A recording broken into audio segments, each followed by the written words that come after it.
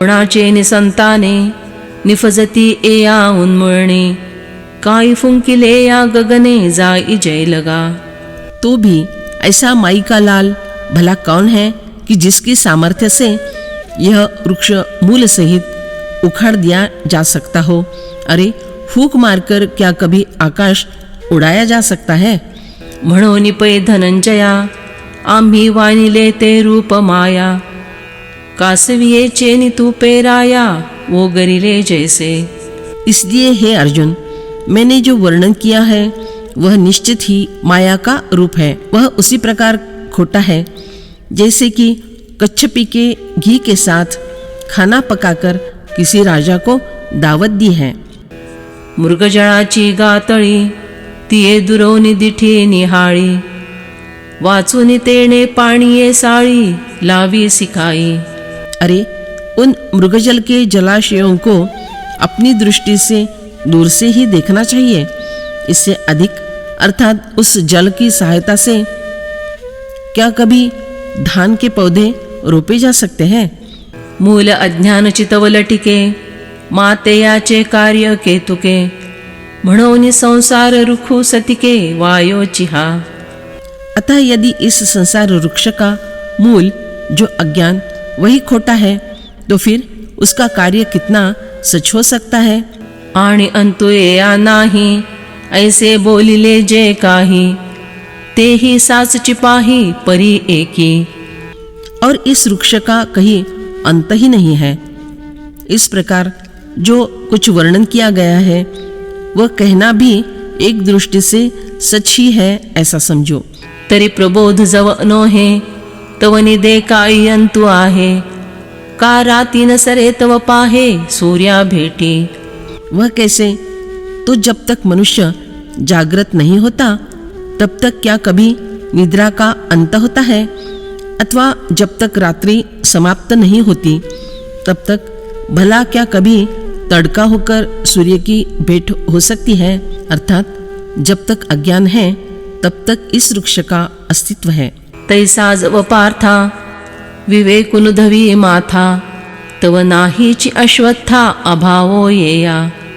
हे अर्जुन, उसी प्रकार जब तक नित्यानित्य वस्तु विवेक अपना सिर ऊपर नहीं उठाता, बुद्धि में विवेक नहीं आता, तब तक इस वृक्ष का अभाव अस्तित्व का लोप नहीं है। वाजते वारे निवांत न होत जेतीचे तेथ, तव तरंग अनंत म्हणावे चिकी। जोरों से बहने वाली हवा जहाँ के तहाँ शांत नहीं होती, तब तक पानी की अनंत तरंगे है ऐसा कहना ही पड़ता है ना। म्हणोनी सूर्यजय हारपे ते मृगजळा भास लोपे, का प्रभा जाए दीपे माल्हवलेनी। इसलिए जब सूर्यास्त होता है तब मृगजल का भास नष्ट होता है, अथवा जब दीपक बुझाया जाता है तभी प्रकाश नष्ट होता है। तैसे मूळ अविद्या खाये ते ज्ञान जय उभे होये, तैची एया अंतु आहे एरवी नाही। ठीक उसी प्रकार जब मूल अविद्या को निगलने वाला वह ज्ञान उदित होता है तभी इस संसार वृक्ष का अंत होता है, और नहीं तो कभी अंत नहीं होता। तेविची हा अनादि ऐसी आथी जे शाब्दी, ते आलुकी नोहे नुरोधी बोलाते या। उसी प्रकार यह अनादि है ऐसी जो भाषा है यह मिथ्या आरोप नहीं है, इसलिए इस शब्द से विरोध मत करो। जे संसार वृक्ष ठाई साचो कारा तव नाही, मा नाही ते या आदिकाई कोणा होईल। क्योंकि यह संसार वृक्ष तो मूल में ही सत्य नहीं है, और तो फिर जो नहीं है उसका आरंभ कहाँ और किसका हो सकता है।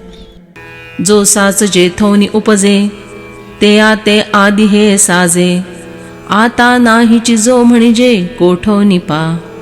जो सच में किसी स्थान से उत्पन्न होता है उसके बारे में तो यह कहना शोभा देता है कि इसका आदि है, पर अब जिसे अस्तित्व ही नहीं है उसे भला कहाँ से निकला ऐसा कह सकते हैं।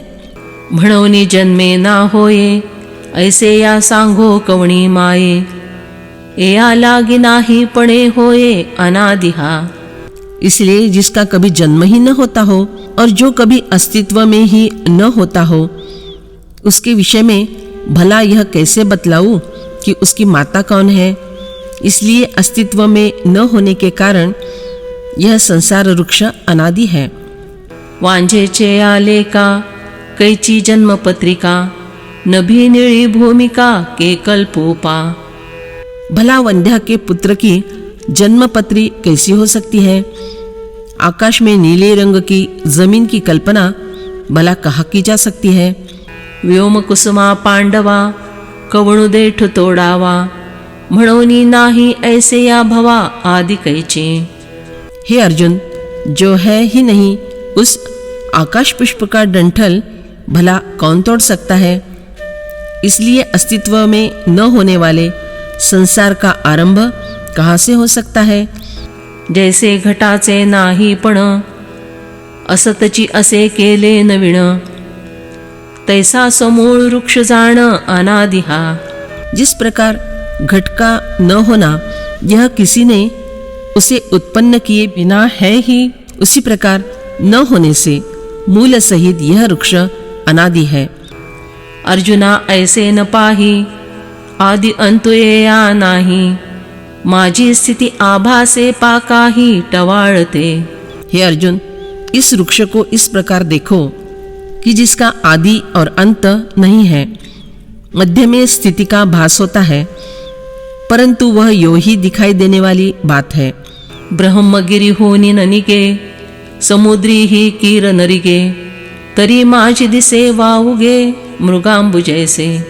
जिस प्रकार यो ही दिखाई देने वाला मृगजल स्रोत ब्रह्मगिरी पर्वत से निकलता नहीं अथवा समुद्र में भी सच में प्रवेश करता नहीं, पर फिर भी बीच में ही भासमान होता है, तैसा आद्यंती कीर नाही, आणि साचुही नोहे कही, परिलटके पणाची नवाई पढ़िया सेगा।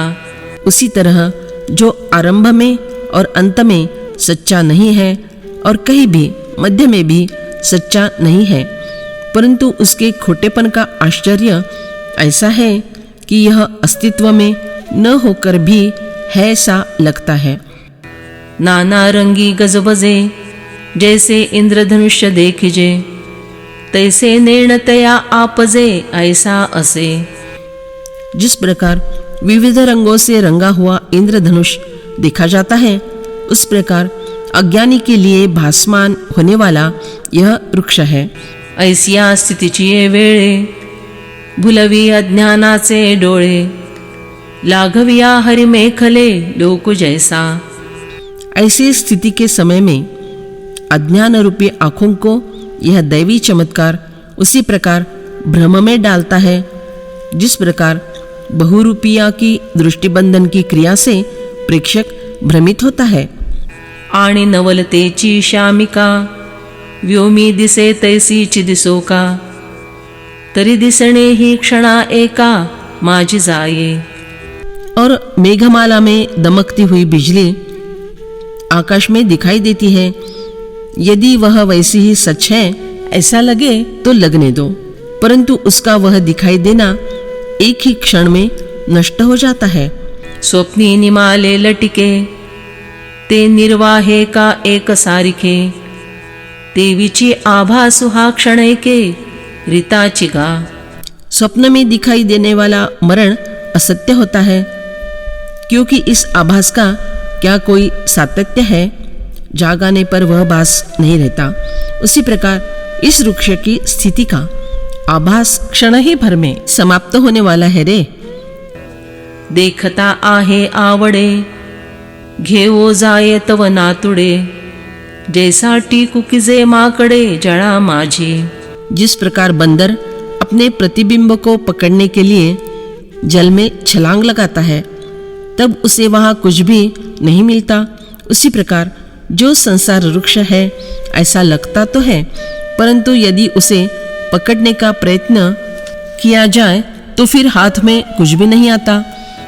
तरंग भंगू संडी पडे, विजुहीन उपकरे होडे, आभासासी तेणे पाडे होणे जाणेगा। जल का तुषार ऊपर उठकर गिरता है अथवा रेत पर लहर के रूप में आया हुआ नदी का पानी अर्थात रेत का गीलापन वापस जाने वाली उस लहर के साथ साथ ही सूख जाता है। बिजली भी इसके साथ होड़ लगाने में नहीं टिकेगी। इतने अल्प समय में इस आभास का होना जाना होता है। जैसा ग्रीष्म शेषीचा वारा नेळीजे समोर की पाठीमोरा, तैसी स्थिति नाही गातरुवरा मध्ये येया। ग्रीष्म ऋतु के आखिरी दिनों में चलने वाली वायु सामने वाली या पीछे वाली दिशा से आ रही है, इस बात का पता नहीं चलता। अरे उसी तरह इस वृक्ष में एक ही स्थिति नहीं है, हर पल उसका स्थित्यंतर होते रहता है, अर्थात संसार की स्थिति भी नहीं है। एवं आदिना अंतुस्थिति नारूपयेया आथी, कायसी कुंथा कुंती उन्मूळ निगा। इस प्रकार इस वृक्ष का न तो आदि है, न अंत है, न स्थिति है, न रूप है। फिर भला इसे उखाड़ फेंकने के लिए परिश्रम की क्या आवश्यकता है। आपुलेया अज्ञानासाठी नवता थावला किरीटी, तरी आत्मज्ञानाचे निलोटी खांडे निगा। अरे अर्जुन, अस्तित्व न होने वाला यह वृक्ष केवल अज्ञान के कारण ही ताकतवर हुआ है, इसलिए आत्मज्ञान रूपी खड्ग से इसे काट डालो। वाचूनि ज्ञाने विण एके, उपाये करीसी जेतुके, तिही गुंपसी अधिके रुखी इये। एक ज्ञान को छोड़कर इस वृक्ष को नष्ट करने के लिए तुम और जितने उपाय करोगे, उनके कारण तुम इस वृक्ष में और भी अधिक फंस जाओगे। मग केती गा खांदो खांदी, एया हिंडावे ऊर्धी अधि, म्हणोनी मूळची अज्ञान छेदी सम्यक ज्ञाने। अरे फिर उसकी शाखाओं पर ऊपर नीचे कहाँ तक घूमते रहना, इसलिए यथार्थ ज्ञान से इसका अज्ञान रूपी मूल ही तोड़ डालो। एरवी दोराचे या उरगा, डांगा मेळविता पैगा, तो भारू फारू वाऊगा केला होये। नहीं तो देखो, रस्सी पर भासमान होने वाले सांप को मारने के लिए बड़ी बड़ी लंबी लंबी लाठियां जुटाने की और वह प्रहार करने की आदि सब चेष्टाएं भी यो ही अर्थात व्यर्थ की गई, ऐसा होता है। तरावे या मृगजळाची गंगा, डोणी लागी धावता दांगा, माझी वाहावळे बुडजे पैगा साचे जेवी। अरे देखो तो, मृगजल की गंगा पार करने के लिए नाव तैयार करने के उद्देश्य से लकड़ियां लाने के लिए किसी ने जंगल की ओर दौड़ लगाई, तो जिस प्रकार उसका खेत में से निकाल दिए हुए सच्चे पानी के छोटे से प्रवाह में डूबकर मर जाना होता है।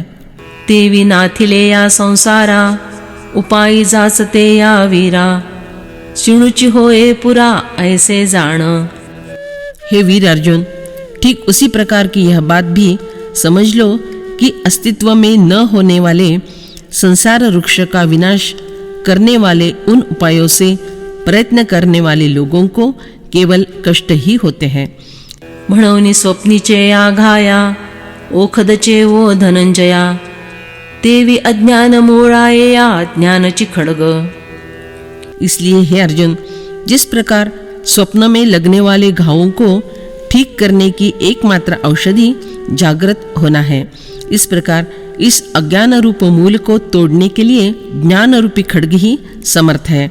परिते लीलाची परजवे, तैसे वैराग्याचे थावे, अभंग बळ हो आवे बुद्धि सीगा।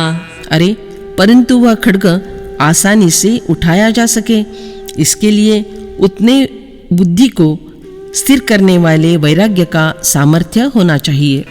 उठिले नि वैराग्य येणे, त्रिवर्गो हा कैसा सांडणे, जैसे वमोनिया सुने आताची गेले।